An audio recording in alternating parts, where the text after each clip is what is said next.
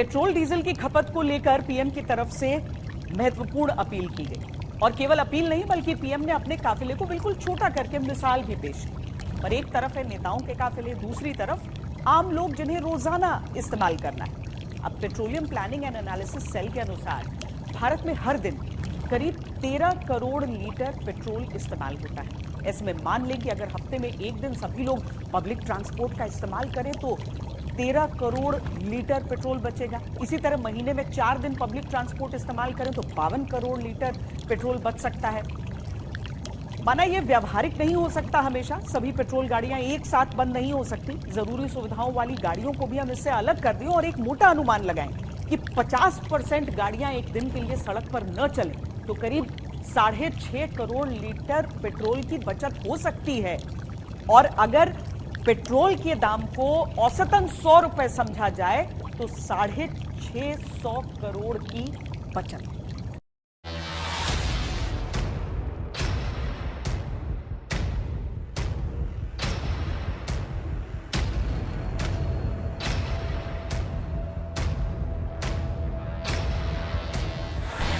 पश्चिम Asia में जारी तनाव ने दुनिया के सबसे अहम तेल मार्ग स्ट्रेट ऑफ हॉर्मूज को प्रभावित कर दिया।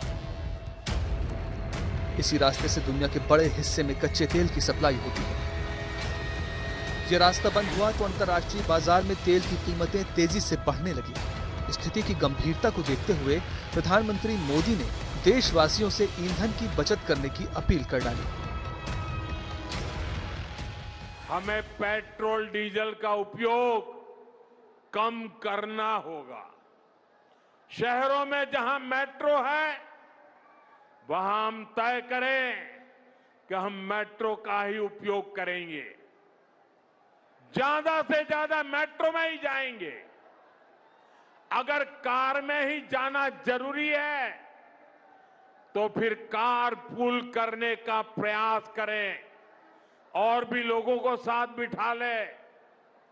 अगर हमें कहीं सामान भेजना हो तो कोशिश करनी है कि वह ज्यादा से ज्यादा रेलवे गुड्स के जो ट्रेन होती है रेलवे की सर्विसेज से भेजें, ताकि इलेक्ट्रिक रेलवे होने के कारण पेट्रोल डीजल की जरूरत नहीं पड़ती है। जिन लोगों के पास इलेक्ट्रिक व्हीकल है वो भी कोशिश करें कि इलेक्ट्रिक व्हीकल का ज्यादा से ज्यादा उपयोग करें। प्रधानमंत्री मोदी का संदेश साफ है, अगर खपत कम नहीं हुई तो महंगे आयातित तेल का बोझ संभालना मुश्किल हो सकता है। इसका असर तेल आयात बिल, विदेशी मुद्रा भंडार, महंगाई, रुपए की मजबूती और उद्योगों की लागत पर पड़ सकता है। सरकार की ये अपील किसी पाबंदी के तौर पर नहीं बल्कि भविष्य के आर्थिक जोखिम को कम करने की रणनीति के रूप में देखी जा रही है। जो भी चीज हम विदेश से मंगाते हैं, अगर मैं टॉप 3 चीजों का नाम लूं जो विदेश से यहाँ आती है, सबसे ऊपर क्रूड ऑयल है, करीब $140 बिलियन। उसके बाद इलेक्ट्रॉनिक और इलेक्ट्रिक इक्विपमेंट है, जो कि क्योंकि हम मोबाइल फोन बहुत मात्रा में बना रहे हैं, उसके जो कलपुर्जे हैं वो विदेश से आते हैं। और तीसरे नंबर पर गोल्ड आता है। तो प्रधानमंत्री जी ने देखिए, जो चीज हमारी एक्सपोर्ट होती है, क्योंकि यहाँ से इलेक्ट्रॉनिक इक्विपमेंट एक्सपोर्ट बहुत हो रहा है, तो उन्होंने इसलिए क्रूड और गोल्ड के ऊपर बात करी कि क्रूड को आप बचत करिए, आप वर्क फ्रॉम होम करिए, वर्चुअल मीटिंग्स करिए, स्कूल्स को सलाह दी ऑनलाइन आप क्लासेस लीजिए। तो हमें अगर थोड़ा थोड़ा करके बचाएंगे, बूंद बूंद करके घड़ा भरता है। अगर भारत का हर नागरिक थोड़ा थोड़ा इन चीजों का इस्तेमाल कम करेगा तो हमारा विदेशी मुद्रा भंडार जो तेजी से कम होगा, अगर क्रूड ऑयल के दाम ऊपर रहे तो वो कम होने से बच जाएगा। Energy consumption has actually gone up. If I looked at some statistics which my colleagues gave me yesterday, petrol consumption has gone up by 6%. In a crisis, there have been no shortcuts anywhere in the world, no dryouts. Every petrol pump in the country has had petrol, diesel, LPG supply is more than enough. Petroleum मंत्री हरदीप पुरी का कहना है कि देश में तेल की कोई कमी नहीं है। तो फिर पीएम मोदी ने तेल बचाने की अपील क्यों की है? चलिए आपको आसान भाषा में समझाते हैं। भारत अपनी जरूरतों का 85 से 90% तेल आयात करता है। मार्च 2026 की रिपोर्ट के अनुसार कच्चे तेल का रिफाइनरियों के पास मौजूद स्टॉक और विदेश से आ रहे तेल को मिलाकर भारत की कुल भंडारण क्षमता लगभग 10 करोड़ बैरल तक है। इसके अलावा 5.33 मिलियन मीट्रिक टन का रणनीतिक पेट्रोलियम भंडार भी है। यह आपातकालीन तेल भंडार उस हालात में काम आएगा जब तेल बिल्कुल खत्म होने की स्थिति में आ जाएगा। इसको कहते हैं स्ट्रेटेजिक पेट्रोलियम रिजर्व। ये जमीन के नीचे बने विशाल भंडार हैं, जहां लाखों टन कच्चा तेल सुरक्षित रखा जाता है ताकि सप्लाई रुकने पर देश की जरूरतें पूरी की जा सके।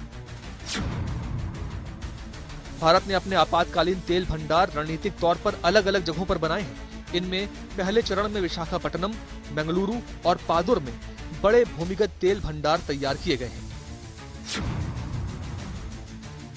स्ट्रेटेजिक पेट्रोलियम रिजर्व के पहले चरण की कुल क्षमता करीब 5.33 मिलियन मीट्रिक टन है। अगर पूरी तरह तेल की सप्लाई बंद हो जाए तो ये भंडार भारत की जरूरतें लगभग 9.5 दिनों तक पूरा कर सकता है। लेकिन फिर उसके बाद क्या होगा? दरअसल भारत के पास इसका दूसरा बैकअप भी है। भारत के पास तेल कंपनियों के कमर्शियल रिजर्व भी मौजूद हैं। सरकारी भंडार और कंपनियों के स्टॉक को मिलाकर देखा जाए तो भारत के पास करीब 74 दिनों तक देश चलाने लायक तेल भंडारण क्षमता मानी जाती है।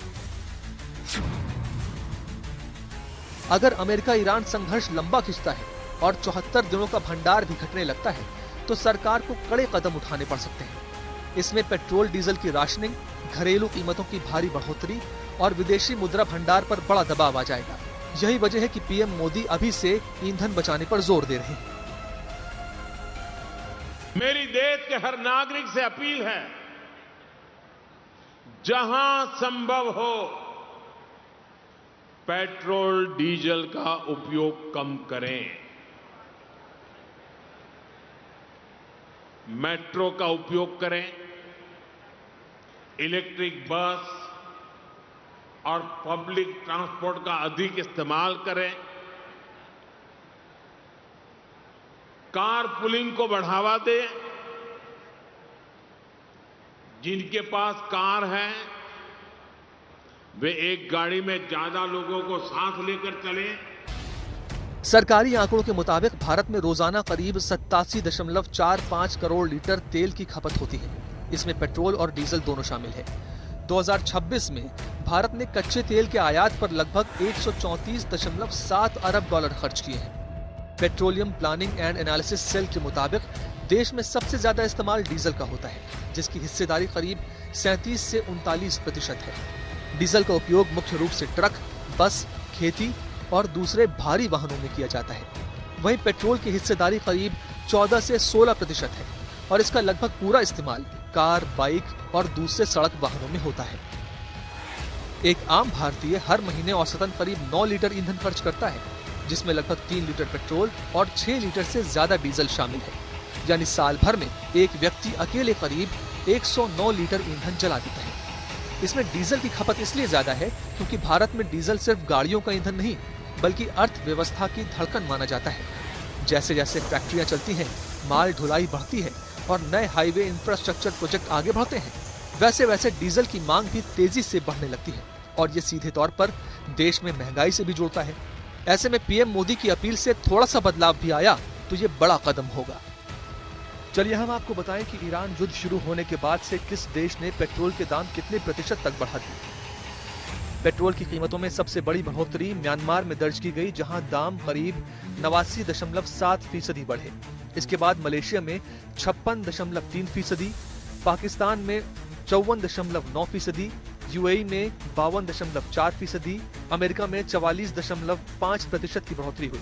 फिलीपींस में पेट्रोल 40.6%, श्रीलंका और नेपाल में 38.2%, दक्षिण अफ्रीका में 33.1%, कनाडा में 31.9% महंगा हुआ। वहीं चीन में पेट्रोल 21.7%, फ्रांस में 20.9% और ब्रिटेन में 19.2% महंगा हुआ। इसके मुकाबले में भारत में पेट्रोल की कीमतों में सिर्फ 3.2% की बढ़ोतरी दर्ज की गई, जबकि सऊदी अरब में कोई बढ़ोतरी नहीं हुई। इधर भारत सरकार ने ऊर्जा क्षेत्र में एक बड़ा कदम भी उठाया है। प्रधानमंत्री नरेंद्र मोदी के अबू धाबी दौरे के दौरान भारत और संयुक्त अरब अमीरात के बीच बड़ी डील हुई है।